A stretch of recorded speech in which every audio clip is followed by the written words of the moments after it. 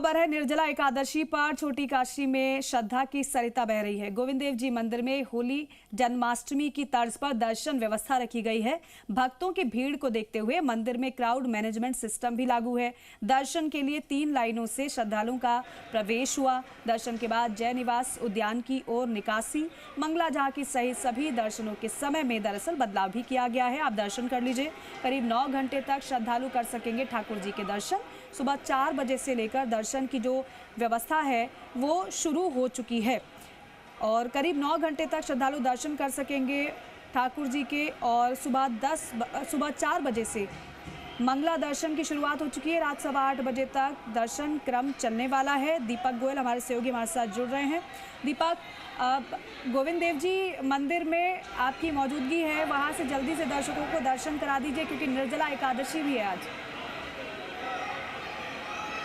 बिल्कुल, देखिए आज निर्जला एकादशी है और आप इस बात से अंदाज़ा लगा सकते हैं कि रात 3 बजे से आराध्य गोविंद देव जी मंदिर में दर्शनों के लिए आस्था यानी कि श्रद्धा की जो सरिता है वो बहती हुई नजर आ रही है। जो सड़कें रात को सन्नाटा जिस पर पसरा रहता था, आज रात 3 बजे से उन सड़कों पर जाम की स्थिति हो गई। पूरा जलेबी चौक से लेकर मंदिर परिसर तक श्रद्धा की सरिता बहती रही। हालांकि निर्जला एकादशी पर आज क्राउड मैनेजमेंट तो साथ में किया गया है, साथ में जो झांकियों का समय है उसमें भी बदलाव किया गया है, यानी कि झांकियों की जो टाइमिंग है उसको बढ़ाया गया है, जिससे जो श्रद्धालु हैं वो आसानी से श्रद्धा से और अपने आराध्य के दर्शन सुगमता से कर सकें। जयपुर के आराध्य गोविंद देव जी मंदिर की ये तस्वीरें हैं और आप देख सकते हैं कि भगवान ठाकुर श्री जी का, राधा रानी और उनकी सखियों का विशेष अलंकार श्रृंगार किया गया है। अलग अलग पुष्पों से श्रृंगार किया गया है और साथ में जो होदी है चांदी की, उसमें ठाकुर जी और राधा रानी जी को विराजमान किया गया है जी। आप ये देखिए कि जो होली और जो जन्माष्टमी पर, दीपावली पर जिस तरीके से मैनेजमेंट रहता है भीड़ को कंट्रोल करने के लिए और कतारों का, उसी तरीके से आज भी निर्जला एकादशी पर जब लाखों की संख्या में जो श्रद्धालु पहुंचते हैं तो वो आसानी से कतारों में लगकर दर्शन कर सके, उसी तरीके से जो लाइनिंग सिस्टम है वो किया गया है। जलेबी चौक से एंट्री दी जा रही है 3 लाइन के माध्यम से और जो एग्जिट है वो जय निवास उद्यान से दिया जा रहा है। लेकिन अब देखिए सुबह सुबह जो भीड़ थी हालांकि अब कम होती जा रही है, लेकिन जो पीछे जूते चप्पल पहनकर जो लोग आ रहे हैं उनकी लाइन है वो लगातार अवतरत है वो जारी है। जो अभी तस्वीरें देख रहे हैं ये छावन की है, जहाँ पर श्रद्धालु हैं अपने आराध्य के, अपने ठाकुर जी का दीदार कर रहे हैं और जब ठाकुर जी के दरबार में वो पहुँचते हैं तो उन्हें अलग ही आनंद यहाँ पर मिलता है और उन्हें लगता है कि ठाकुर जी से वो सामने बैठकर उनसे निगाहें बैठे रहें। आपको तस्वीरें फिर दर्शन करवा देते हैं। ये तो देखिए क्राउड मैनेजमेंट है, लेकिन जो भक्त दर्शन मंदिर तक नहीं पहुंच पा रहे हैं भीड़ के कारण या किसी अन्य कारणवश, वो ठाकुर श्री जी के जी राजस्थान लाइव के जरिए दर्शन कर सकते हैं। और आपको संजय कुमरे तस्वीरें दिखाएंगे कि ठाकुर जी का किस तरीके से अलौकिक श्रृंगार यहाँ पर अलंकृत किया गया है। ठाकुर जी का मुखारबिंद से लेकर चरण तक आप चंदन का लेप है और चंदन का लेप जब होता है यानी कि जब पूर्णिमा शुरू होती है उससे ही चंदन का लेप शुरू हो जाता है ठाकुर जी को शीतलता प्रदान करने के लिए।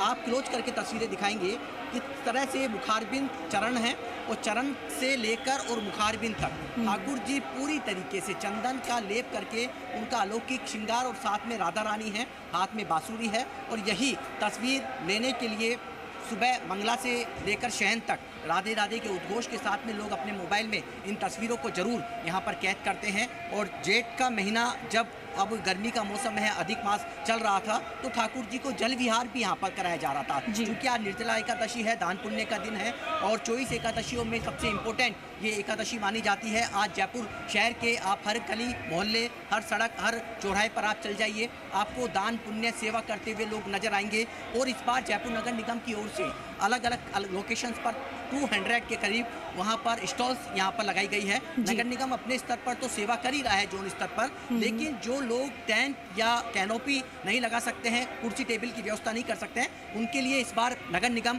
प्रशासन यानी कि जयपुर नगर निगम के जो कमिश्नर हैं ओम कसेरा, उन्होंने पहल की थी, रजिस्ट्रेशन हुआ और 108 लोकेशन पहले तय की गई थी, लेकिन करीब 200 के करीब इस तरह के आवेदन आए जहाँ पर अलग अलग लोकेशन पे नगर निगम ने उनको सुविधा मुहैया कराई है और जो दान पुण्य करने वाले लोग हैं वो दान पुण्य कर सकते हैं। तो चूंकि आज देखिए बड़ी संख्या में जो श्रद्धालु आ रहे हैं, हर कोई इस तस्वीरों को, आज निर्जला एकादशी की तस्वीरों को हर कोई अपने मोबाइल के अंदर कैद कर रहा है। वो कैद करने के साथ में जो बेहद तस्वीरें बहुत खूबसूरत यहाँ पर नज़र आ रही है। और जो भगवान ठाकुर जी का दीदार करने के लिए यहाँ पर पहुँचता है, यहाँ पर देखिए रूटीन के भक्त सबसे ज़्यादा आते हैं, जो मंगला झांकी से और शयन झांकी तक एक ना एक झांकी में दर्शन करते हैं, चाहे वो धूप हो, छाव हो, बरसात हो, गर्मी हो, सर्दी हो, लेकिन अपने आराध्य के दर्शन करना वो नहीं भूलते हैं। यहाँ पे स्वयंसेवी वॉलंटियर्स हैं, उनको भी लगा रखा है। भीड़ को यानी कि एक जगह रुकने नहीं दिया जा रहा है, जिससे भक्त जो आ रहे हैं उनको आसानी से दर्शन हो सके। लोग मटका हैं वो दान कर रहे हैं, बीजनी से हवा करते हुए आपको ठाकुर जी के जो भक्त हैं वो नजर आ जाएंगे। यानी कि गर्मी के अंदर ठाकुर जी को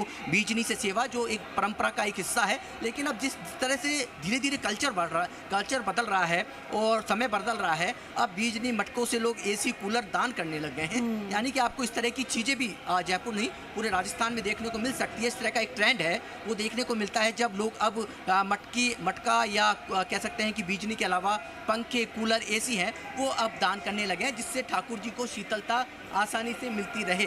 और आप देखेंगे कि यहाँ पर टेंट के लिए यानी कि श्रद्धालुओं को गर्मी नहीं लगे, टेंट, पंखे और कूलर यहाँ पर लगाए गए हैं। लेकिन एक चीज़ सबसे बड़ी है कि यहाँ पर फायर फाइटिंग सिस्टम को लेकर सवाल है, क्योंकि जो फायर इक्विपमेंट्स यहाँ पर जगह जगह पर हर पॉइंट पर टाके गए हैं वो एक्सपायरी डेट के हैं। सवाल यहीं से खड़ा हो जाता है। आप क्राउड मैनेजमेंट की बात करता है मंदिर प्रबंधन कि हम क्राउड मैनेजमेंट कर रहे हैं और हमने इस तरीके से लाइन की व्यवस्था की है, लेकिन हमने जब एंट्री करी और जहाँ पर फायर इक्विपमेंट, जहाँ पर सिलेंडर, जो आग लग जाए तो तुरंत आग बुझाने के लिए जो काम आते हैं, उनकी डेट 6 महीने पहले बीत चुकी है। यानी कि वो शो पीस लगा के खड़े यहाँ पर टांगे हुए हैं, जिससे लगे कि यहाँ पर फायर की व्यवस्था, फायर सेफ्टी की व्यवस्था माकूल है। लेकिन सवालों के घेरे में मंदिर प्रबंधन यहाँ पर नज़र आ रहा है कुल मिलाकर। लेकिन इतना ज़रूर है, यहाँ जो श्रद्धालु आते हैं बड़ी कह सकते हैं कि तमन्ना से आते हैं, मनोकामना से आते हैं, और उनका कहता है कि ठाकुर जी के देखिए, आप किसी के आँख के अंदर आप देखेंगे तो उनके अंदर श्रद्धा के जो आंसू हैं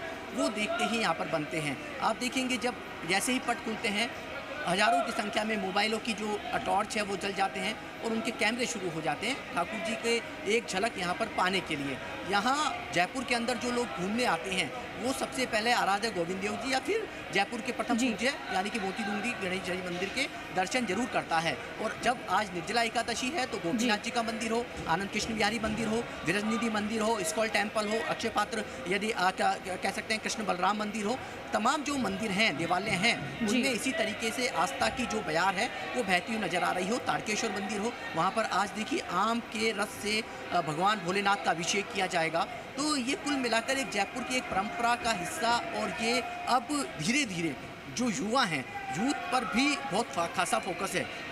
आप देखेंगे जो लोग सुबह सुबह ट्रैकिंग पर जाते हैं उन्होंने आज सबसे पहले रुक किया है आराध्य अपने गोविंद देव जी का। और यही कारण है जो तस्वीरें सोशल मीडिया पे ट्रेंड हो रही है या अलग अलग प्लेटफॉर्म पे है, उनमें साफ तौर पर नज़र आ रहा है किस तरीके से ठाकुर जी के जो भक्त हैं सुबह कतारों में लगे हुए हैं और सुबह कतारों में लगकर अपने ठाकुर जी, अपने आराध्य के दर्शन कर रहे हैं। आम से लेकर खास है यहाँ पर पहुँचता है और अपने ठाकुर जी का दीदार यहाँ पर जरूर करता है। और इसी तरह की तस्वीरें, क्योंकि झांकियों का समय बढ़ाया गया है तो ठाकुर जी के भक्त हैं वो आसानी से यहाँ पर अपने ठाकुर जी के दर्शन हैं वो कर पा रहे हैं। दीपक, मंगला झांकी का जो समय बढ़ाया गया है, दर्शन व्यवस्था को बेहतर किया गया है, यही वजह है कि जो क्राउड है वो कंट्रोल है। क्योंकि अक्सर हम देखते हैं कि इस समय तो एकादशी अगर हो और इस समय का मौका हो तो बहुत ज़्यादा भीड़ हो जाती है, लेकिन अभी तो ऐसा नहीं नज़र आ रहा है कि बहुत ज़्यादा भीड़ हो या फिर दर्शन में किसी को किसी प्रकार की कोई परेशानी हो रही हो।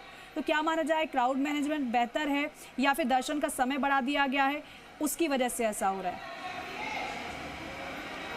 बिल्कुल, देखिए क्राउड मैनेजमेंट बेहतर है और यही कारण है कि जो ठाकुर जी के भक्त हैं वो आसानी से अपने ठाकुर जी के दर्शन कर पा रहे हैं। जो स्वयंसेवक हैं, वॉलंटियर्स हैं, उन्होंने पूरी तरीके से मोर्चा संभाल रखा है और पुलिस के जो आला अफसर हैं वो लगातार मॉनिटरिंग कर रहे हैं। यानी कि श्रद्धालुओं की यानी कि उनकी व्यवस्था पूरी तरीके से आसानी से उनको सुगमता से वो दर्शन कर सके, इस तरह का क्राउड मैनेजमेंट यहाँ पर किया गया है। यानी कि भीड़ को कंट्रोल करने के लिए आप देखेंगे ये छावन है जयपुर का आराध्य गोविंद देव जी मंदिर का। यहाँ पर हर समय भीड़ उमड़ती है ठाकुर जी के दर्शन करने के लिए, क्योंकि जब एकादशी होती है या अन्य अवसर होते हैं जब, या फिर कह सकते हैं कि जलाभिषेक, इस तरह की जब चीज़ें होती हैं तो यहाँ पर क्राउड बढ़ जाता है। लेकिन आज भीड़ कंट्रोल में है। सुबह हालांकि 3 बजे जब ठाकुर जी के यानी कि 4 बजे जब पट खुले थे, लेकिन इतना जरूर है कि यहाँ पर क्राउड बहुत ज़्यादा था। यानी कि जो जलेबी चौक है, सिटी पैलेस का जो ग्राउंड है, वो पूरी तरीके से यहाँ पर जो श्रद्धालु से पूरा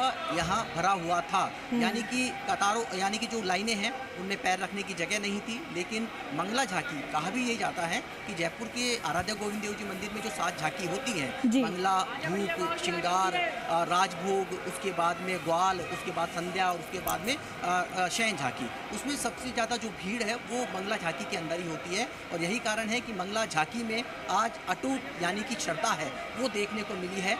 सड़कों पर जाम की स्थिति, यानी कि आप देखेंगे कि पूरे जोरी बाजार, पूरा 4 दीवारी क्षेत्र है वो जाम से जूझ रहा था। हर कोई ठाकुर जी का मंगला झांकी में दीदार करने की कोशिश यहाँ पर कर रहा था और उन्होंने दीदार भी आसानी से किए, क्योंकि 2.5 घंटे मंगला झांकी जो करीब 15 मिनट की रहती है प्रतिदिन, आज 2.5 घंटे तक मंगला झांकी के दर्शन हुए हैं। उसके बाद धूप झांकी है, अब जो आप झांकी है श्रृंगार, उसके बाद राजभोग झांकी, यानी कि राजभोग झांकी के बाद में पट मंगल होंगे, फिर शाम को ग्वाल झांकी के अंदर पट खुलेंगे, यानी कि कुछ गैप यहाँ पर रहेगा। लेकिन आज 9 घंटे ठाकुर जी अपने भक्तों को यहाँ दर्शन देते हुए नजर आ रहे हैं और ठाकुर जी के जो भक्त हैं वो भी बहुत तल्लीनता से, आसानी से, सुगमता से दर्शन है यहाँ पर कर पा रहे हैं। और आपको तस्वीरें फिर हम आपको ठाकुर जी के दीदार करवा देते हैं जो लोग नहीं आ पाए हैं, और कैमरा पर्सन आपको लगातार तस्वीरें भी दिखा रहे हैं। और ये जयपुर के राजा हैं और कहा जाता है कि राज दरबार हो, पूर्ण राज परिवार हो, सबसे पहले ठाकुर जी का ही दीदार करते हैं। और आम से लेकर खास यदि कोई भी व्यक्ति हो यहाँ पर ठाकुर जी का दीदार करने जरूर यहाँ पहुँचता है। और यही कारण है दिन प्रतिदिन ठाकुर जी की आस्था यहाँ पर बढ़ती जा रही है। और ठाकुर जी के सामने जो आ जाता है, एक बार नैन से नैन मिला लेता है, उसको उसकी कोशिश रहती है कि उसकी आंखें ठाकुर जी के सामने, उसके सामने वो शरणों के अंदर बैठा रहे और उनकी भक्ति के अंदर लीन नजर आए। गोपीनाथ जी मंदिर की यदि हम बात करें या फिर करौली के मदन मोहन जी की बात करें, और एक किदवंती भी है कि जयपुर 3 विग्रह के यदि आप दर्शन कर लें तो ठाकुर भगवान श्री कृष्ण के संपूर्ण दर्शन होते हैं। इसलिए जयपुर के आराध्य गोविंद देव जी मंदिर है, इनके मुखारबिंद है। और गोपीनाथ जी मंदिर जो पुरानी बस्ती के अंदर है, वहाँ ठाकुर जी के बिल्कुल दीपक। और देखिए, एक तरफ तो निर्जला एकादशी पर लोग दान कर पुण्य कमा रहे हैं, लेकिन वहां से तस्वीरें दिखाकर एक पुण्य आपने भी कमा लिया है, क्योंकि घर बैठे कोई दर्शक श्रद्धालु दर्शन कर पा रहा है। ये अलौकिक दर्शन है ठाकुर जी के। बहुत धन्यवाद आपका।